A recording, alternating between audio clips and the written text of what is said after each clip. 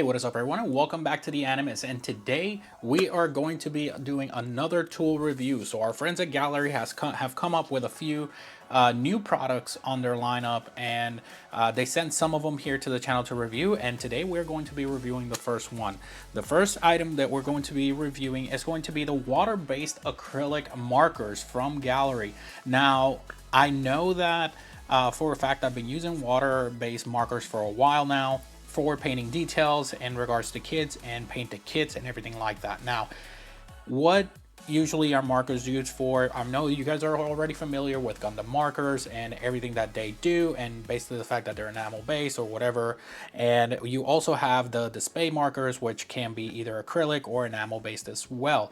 Now, I've always been a fan of water-based acrylic ink markers because they are not toxic, you know, whenever you are using them, and it's also very easy to clean because they are water based. So I know that you guys know that I reviewed the Hobby Mio ones, and I used those, and I'm very excited to use these. So they come in a case. Gaahleri always very presentable with their products, and then the colors that are included on this list, as you can see right there, you have aluminum, stainless steel, dark iron, gunmetal, zirconium black, red copper, dark gold, scorched gold, and a flashy gold. So let's go ahead and open that up and see what's inside. All right, so when you take the lid off, there's nothing on this side, but then once you open up the lid, it does have instructions about how to use the marker itself and how to prevent them from drying out.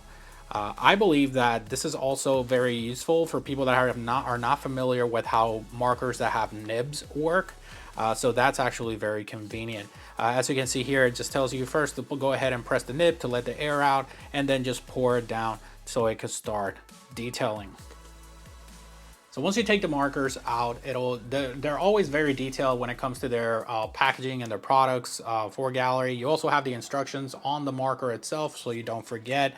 The marker is nib based, however, it is a point nib or a soft point nib, so that's actually pretty convenient, especially for people like me that like to detail stuff. So here they are, all the markers. Now we will gonna go ahead and use the markers to paint details on a model that I chose, so we can go ahead and try them out. Now the specific model that I chose for this is going to be a high grade Barbatos. Now anyone that has built a IBO kit, like an early high grade IBO kit, knows that these are notorious for color correcting stickers, as you can see in the back leg right here, and in some of the details of the model. And then you also have all the power sign symbols or whatever that are also stickers, which are terrible because they're very, very bad metallic stickers.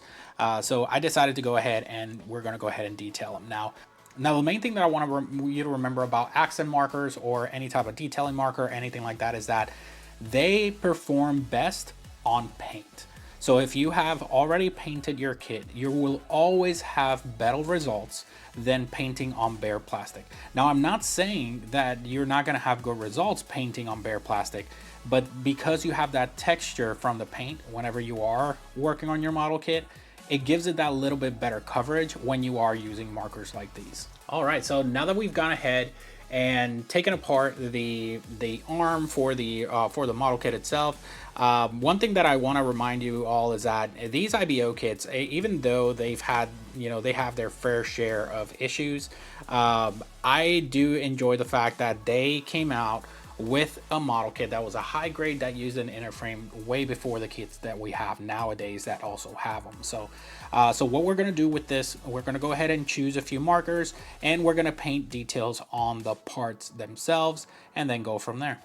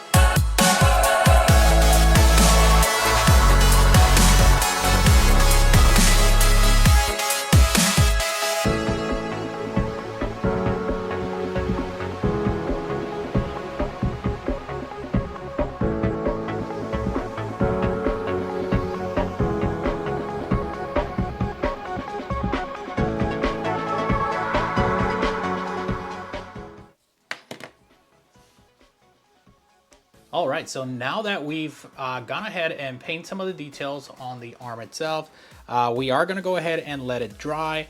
And this is just so to use it as an example. I did go ahead and like over painted layer a little bit. Let's see if I can get some camera focus here. All right, so now that we've gone and painted the details on this arm, I did go ahead and use this and did that as an example. We are going to clean that up, and I'm going to show you guys how to clean up the excess there, like we've done with the Hobby Mio ones. But I do have to say that one thing that really comes out from these markers is the coverage and the actual metallic colors. It just looks really, really clean. So we are going to go ahead and let it dry, and then once we come back, we are going to clean it all up, put the parts all back together, and then we're going to compare it side by side to the other arm, which hasn't been done yet, and then we'll go from there.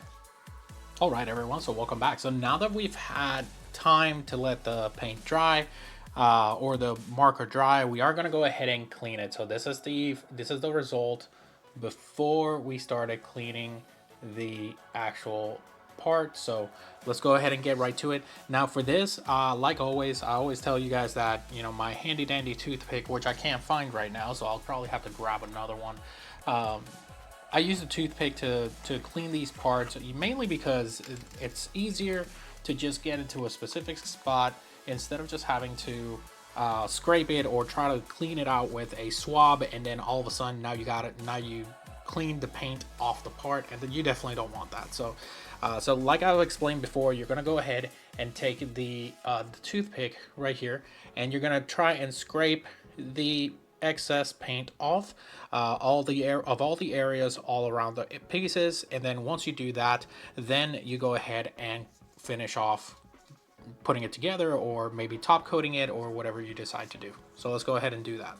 All right, everyone, so now that we have cleaned and put the parts back together, I wanted to make sure that I showed you guys a side-by-side comparison of the parts once everything has been detailed and maybe panel lined. And I didn't top coat it because these plastics are old and brittle, so I didn't want to go ahead and get it, you know, make it worse than it already is. So it even stained, which is very different for Bandai kits. Like maybe it's just old, showing its age there.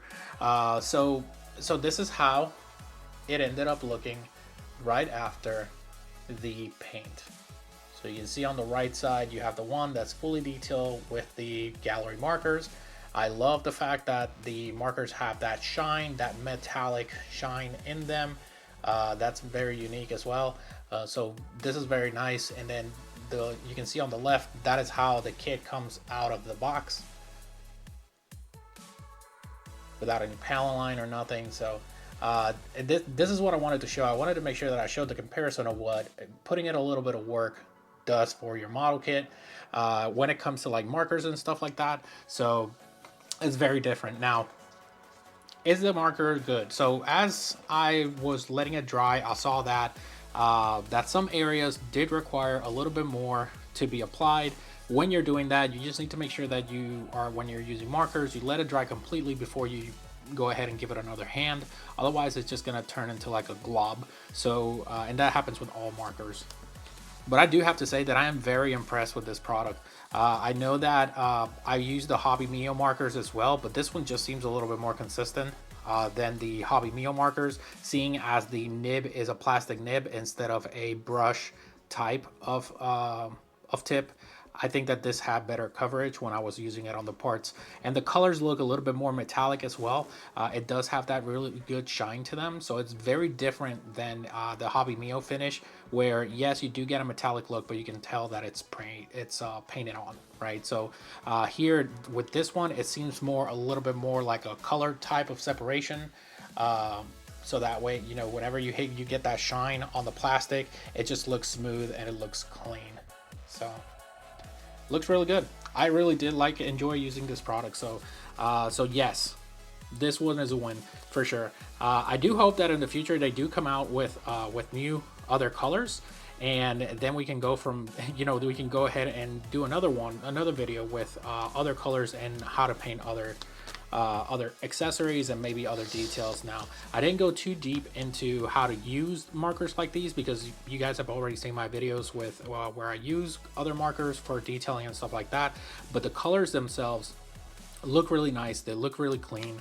And once they're finished and they're dry, it doesn't look like it's just globby. It just looks smooth. So it's the leveling is pretty good with the marker as well. So here, and you know, I'm always going to be honest with my reviews, especially with stuff like this, because I like to paint my models, and it's really hard for me to find stuff to actually paint a little bit of detail. And if you're just somebody that snap builds, then this might be something that you might want to look into if you want to add that extra step or that extra detail to your model kits, for sure. I know that I used it on bare plastic here.